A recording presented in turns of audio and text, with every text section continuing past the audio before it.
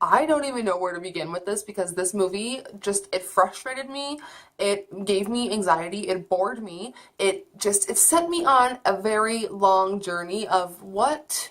Oh my god, my heart is in my asshole.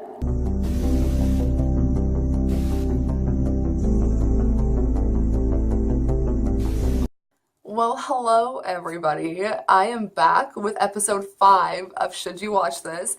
It has been a couple of weeks since I filmed one of these videos and I'm super excited because as I mentioned in my later on, this movie has been popping up in my recommended for a long time and I was like, it's probably going to be a really shitty, like generic, stupid movie. It wasn't. Let's get into that. This week I watched 12 Feet Deep, which was originally titled The Deep End. I think I like the current title better.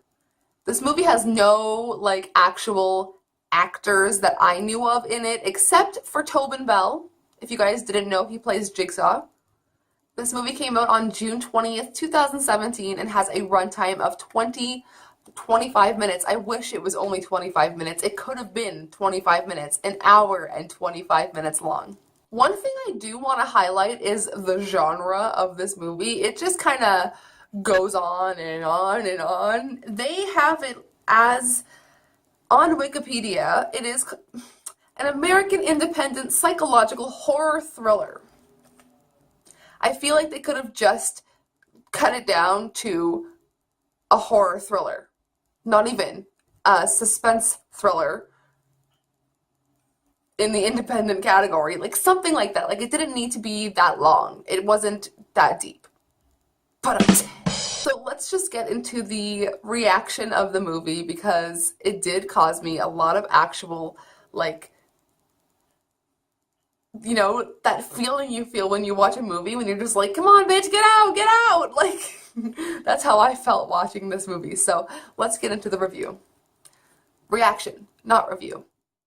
It's been a while since I've made a Should You Watch This video. I'm really excited because I feel like this movie is going to cause me mass amounts of anxiety. I don't know how to swim. Backtrack a little bit. We are watching 12 Feet Deep today. This movie came out in 2017. I've actually seen, this has been recently popping up for me. I don't know why in my recommended stuff.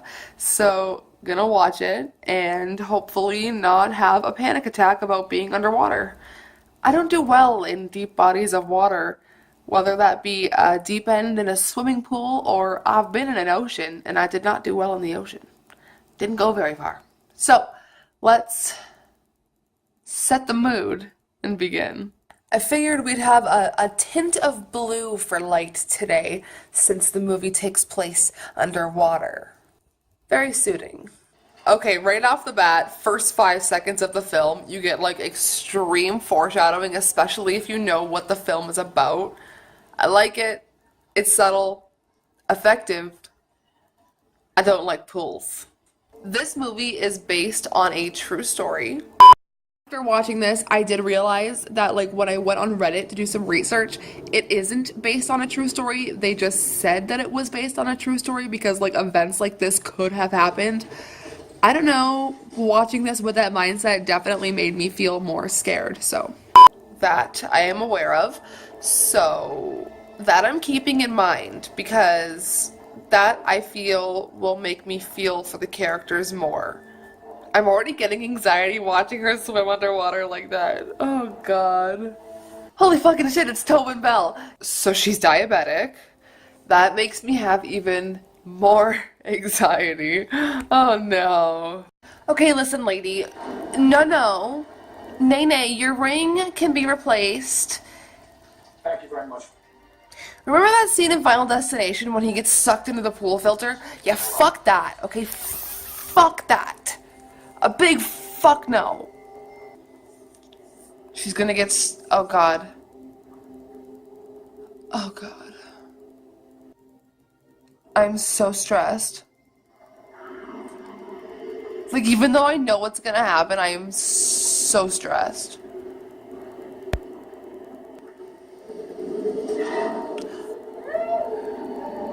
Oh my god. Oh my god, my heart is in my asshole. Oh my god, my heart. Oh no. I'm stressed.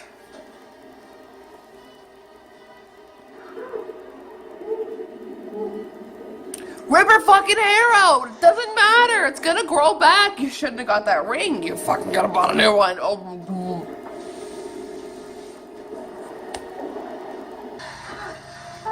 Shit, my ring's still down there. Who cares about your ring? I'm sure someone's still out there. This is like the Kim Kardashian thing. Like, there are people dying in Africa, Kim. Like, Kim, stop taking selfies. Your sister's going to jail. Fuck you, Kris Jenner. Oh my god. Okay, back to the movie. That would seriously give me such bad anxiety because I don't know why I can't grasp swimming. I can swim on my back, no problem, but I'm not just gonna backstroke for fucking 24 hours. No thank you. I'm panicking. That gave me mild palpitations. Okay, listen.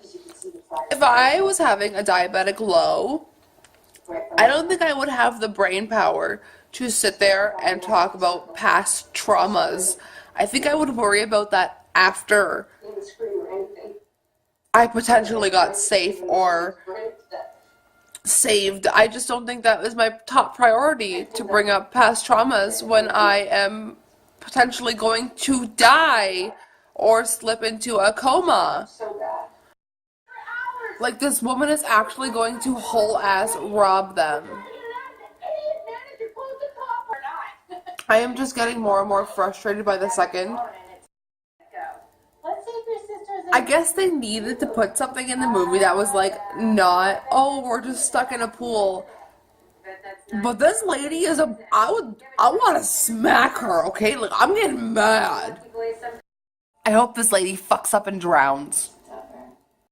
Diabetic, she's not being very urgent, and this is giving me panic. I can't stop biting my nails. I cannot stop biting my nails off. This is giving me actual anxiety, okay? Ah! That was a fucking jump scare. Okay, that was a good one. That was unexpected. That was great. I really like resonate with the characters here. I'm gonna get more into that like when I film my actual thoughts about the movie, but even though the pacing is slow, the characters being so relatable to me at least is really keeping me in. Bro, this lady is a bitch. Dude, I'm palpating. I'm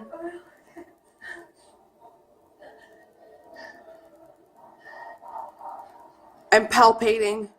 Oh my god. Ah, right in her ear. Oh my god. Ah.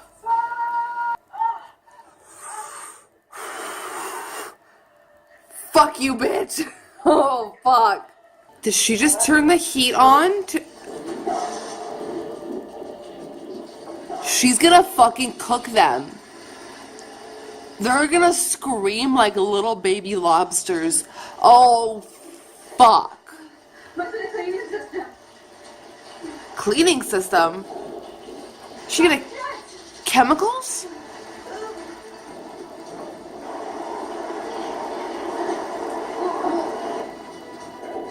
Dude, you're diabetic. This is such a bad representation of diabetic people and like not...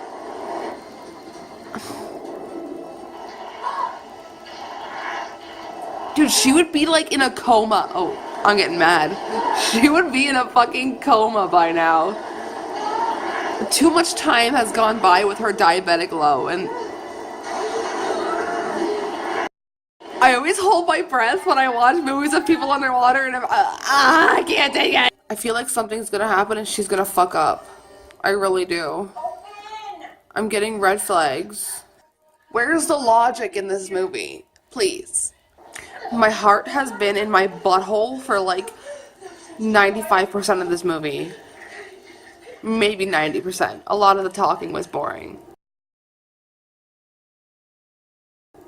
God! Oh, trigger warning! Oh! Fuck! That was gross. Yeah, do you see how my face just sunk with disappointment? Because, okay, end thoughts. That movie had a lot of unnecessary scenes. Pacing was a little off, but that movie caused me so much anxiety. That movie actually struck like panic into my soul. It was a good movie. I would probably give it the same rating IMDb gave it. Let me sit on this for the night and we'll debrief tomorrow. Usually I like to take notes when I watch movies for this series because I have a very bad memory and I do forget a lot of things, a lot of details, but for this movie I felt compelled to just make a pros and cons list, and I also added like 2 other like categories for meh and anxiety. So that's what I'm gonna go through. I'm gonna start off with the cons and why this movie these are the reasons why I didn't like the movie. So the characters' names were Bree and Johanna. Keep that in mind. Johanna. Okay? Every time Bree's character said her name, it sounded like Jonah. So the whole movie, I'm thinking, oh, this is a really progressive, cool name. Her name is Jonah. That's no reason to like not like the movie, but it was just like something, the pronunciation of Johanna, like that wasn't a name that I think should have been in that movie. Okay, moving on. You guys probably saw that I had a big problem with her being a diabetic character in this movie. I lived with my ex for 3 years. He was type 1 diabetic, and it was really scary to watch him have a low.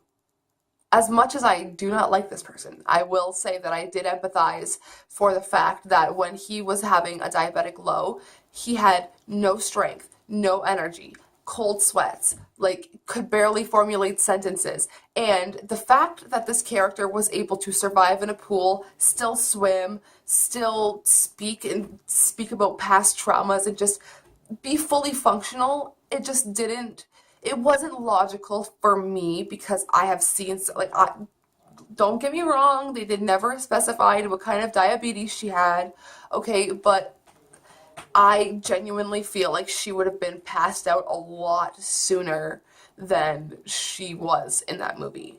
I think that they just added the diabetic element for people who might have diabetes, or like it might just trigger something in someone to be like, wow, this bitch is gonna die. For me, it just wasn't realistic in the movie. Another thing is, they never actually specify what kind of shot she gave her at the end. I have reason to believe that if she would have gave her insulin, that would have lowered her blood sugar. Am I correct? When you have a low, you want to make the blood sugar go higher, so you want sweets, you want sugar. So unless that injection was like a sugar injection, I don't see that being correct. Please don't shoot the messenger. These are just my thoughts. I'm just being real with you guys. But I did go online and I found this article on how to treat a diabetic attack, and this pretty much just says there's a shot called glucagon, which can raise the blood sugar. So that's what I'm like hoping was used in the movie, and like not just insulin.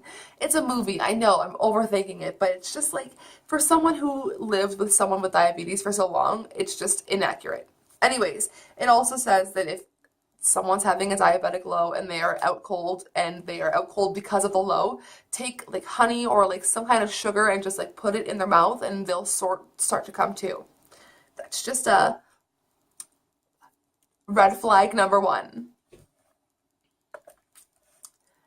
Next, the pacing of the movie.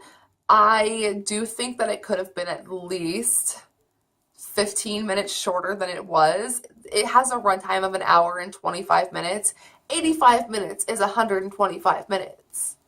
So I genuinely feel like that movie could have been a short little, maybe hour long movie, even, because I feel like, and this leads into my meh category, I feel like they added the past traumas.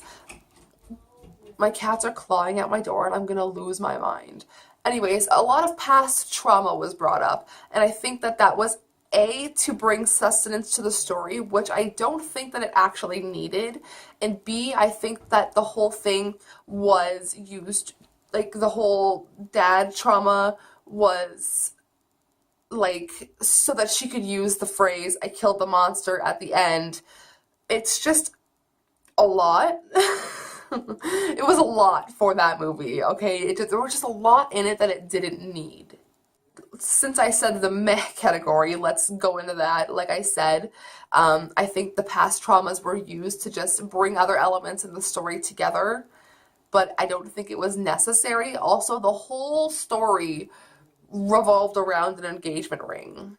But the way that they went about like incorporating this engagement ring into the story, it was just cheesy. I don't want to say cheesy, but like if you're trying to make a horror movie, like that wasn't the way to go, okay? That's why I think it was more of a suspenseful thriller because like there was just a lot of suspense. There was not really many horror elements in this movie. But I mean, I guess you could call it horror if you guys are truly afraid of being in a pool, truly afraid of pool filters, like that kind of stuff. Which leads me into anxieties. So, things that caused me anxiety in this movie was drowning. Drowning is my number one biggest fear. I cut it out of the reaction because I didn't think it fit, but on three separate occasions, I have had like food go into my lungs and obstruct my breathing because I've laughed so hard. I went like, and like food living in my lungs for a minute. I thought I was going to die. Like twice it happened where no one was around and I had to make myself throw up. So like drowning is a whole nother fear for me because it's just like leading into my next point. Being in a situation where you cannot leave. If you are in a pool with a pool filled like the lid over top of it and you are stuck, you cannot go anywhere. And like, what if you drown? And it's just a lot of panic for me went on while I was watching this movie. It's just a lot of scenarios in my head where I've not been able to swim and not been able to, I just can't grasp how to swim properly. I can't stay above water. And watching that movie really made me think of all my fears of drowning and not being able to swim. Fucked me up, man. Also, another thing that gave me anxiety was one part where she finally, spoiler alert, where she finally broke through the pool cover. She ended up like punching through it and it cut her whole wrist open. So that is my trigger warning for you guys because trigger warning as someone who has dealt with self-harm and has a massive, you guys probably can't see it, but a massive scar on my wrist that just kind of triggered me to think about that time. And it just, a lot of that movie gave me actual, like, palpitations, okay? Enough with all that. Let's talk about the pros because I actually do. For what it was, I think it was a very innovative movie for the like claustrophobic kind of small spaced horror movie. Peep peep, you cannot go outside. Kind of like the movie Buried or Green Room, where they're all stuck in one room for like or one area for a small amount of time. They did a really good job at keeping it dynamic and interesting. There is one jump scare throughout the whole movie, and I do think it was effective. I think it was a really good jump scare, and it was placed well throughout the movie. The characters, okay? The characters are what kept me into this movie. One of the characters was a former addict, and that is something that I can relate to. The other character, diabetes, which is also something that I can relate to. The third character really just was in a hard spot and was a bad person. And for some time in my life, I could have related to that. So For all of these characters being so relatable, that's what really drew me in and kept me focused to this movie.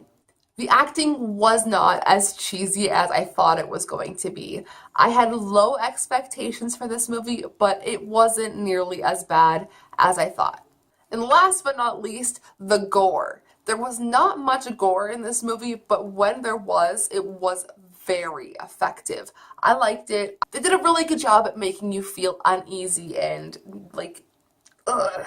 So that I applaud them on. So overall, I enjoyed this movie. This movie did get a 5.5 on IMDb. Let me just double check. It got a 5.6 on IMDb.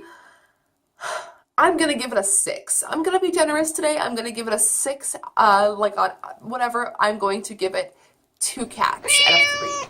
So that's a decent rating. I was not that disappointed this week. I need another movie to make me feel gross and weird. Pretty soon, all of the movies that I'm waiting for to come into theaters are coming out. Us, Pet Sematary, and Child's Play. The trailer for Child's Play came out. I have not watched it yet. I'm kind of like, my expectations are like down here. Maybe I'll make a reaction video to it. We'll see. But I'm really excited to actually go to the theaters and get scared. So if you guys enjoyed this video, please give it a thumbs up. Don't forget to join the family here. What is that? What is this? Just fucking join the family, okay? And I'll see you guys in my next video. Sayonara, suckers.